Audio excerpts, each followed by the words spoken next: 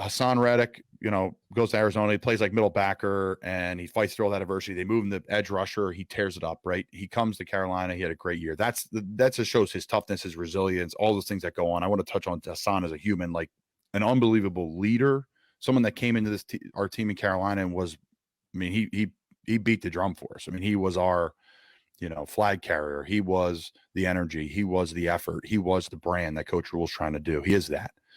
He is involved in the community. He is everything you want as a teammate and a leader. I love playing with Haason. We will miss Haason in Carolina. Any team would be glad to have Haason Reddick on their team.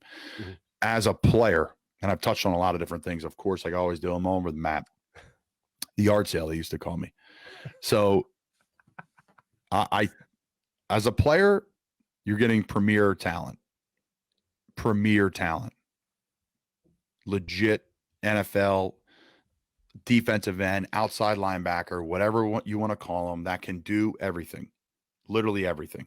That's what Haason can do. He's more comfortable on the edge. I know at one point in time, Arizona, he was playing in the middle linebacker spot, and he wasn't as comfortable. I think that's not breaking news.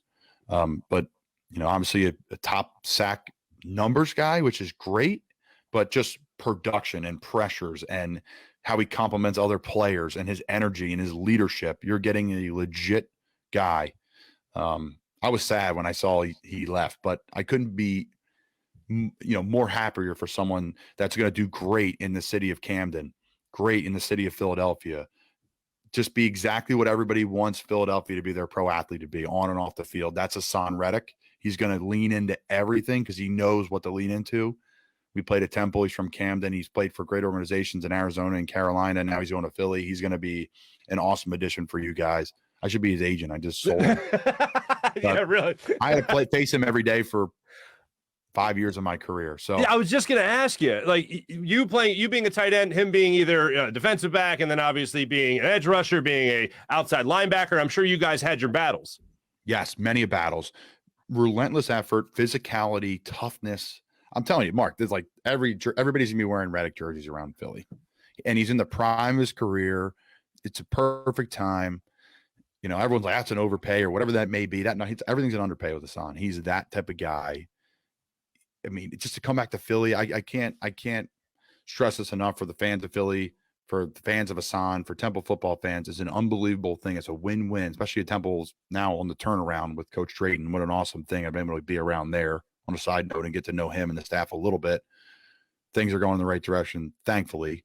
And then him and Sean Bradley are two great players for the Eagles now. So, yeah, I'm jacked. I mean, I have no stories to tell of me and Haason button heads other than we did it a lot on the field, but off the field, you couldn't meet a better guy and a better leader. And just going to be huge on and off the field for the Philadelphia community. Is he a trash talker at all? Haason? Yeah. Haason. Yeah.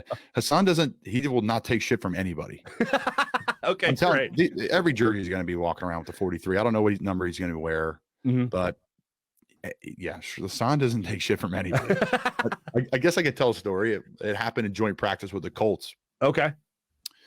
The first practice, we got pushed around a little bit, and I don't think we were happy about that.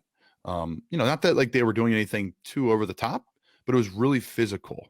And we were trying to be joint practice is tough. You don't want to hurt the other guys, but you want to play hard, especially for a guy like me on the bottom of the roster. You want to do well because you want to try to impress the Colts people too, right? Like every day's a tryout for the entire putting good stuff on film. Yes, correct. Because if you play well in the preseason games, everybody sees you.